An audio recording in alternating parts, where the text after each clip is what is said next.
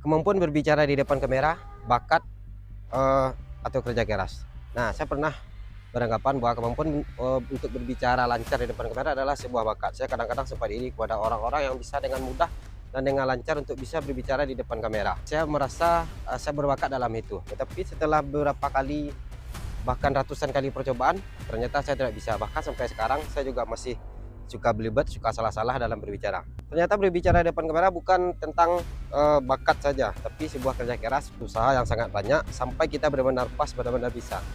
Saya sudah melakukan ini hampir 2 bulan atau 3 bulan, tapi masih suka ngeblank, masih suka kehilangan arah dalam berbicara. Nah, buat teman-teman di sini yang ingin lancar berbicara di depan kamera, tidak ada solusi, tidak ada bakat, omong kosong. Yang ada hanya kerja keras, berusaha, selalu belajar, selalu update pengetahuan, selalu latihan, evaluasi, dan Anda akan berkembang.